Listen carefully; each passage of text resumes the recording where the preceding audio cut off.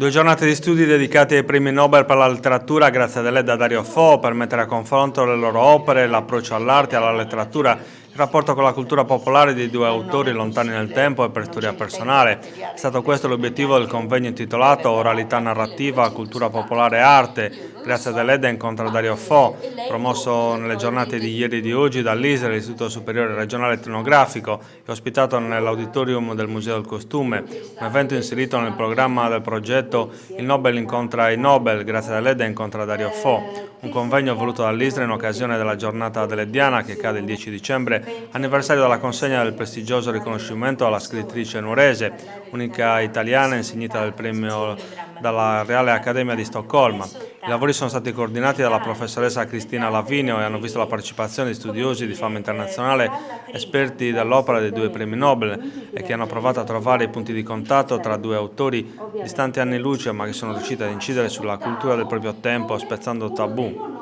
A completare i lavori del convegno 2 performance artistiche, Matti per un giorno di Paolo Pupa e Affabulando con grazia dell'attore Mario Pirovano.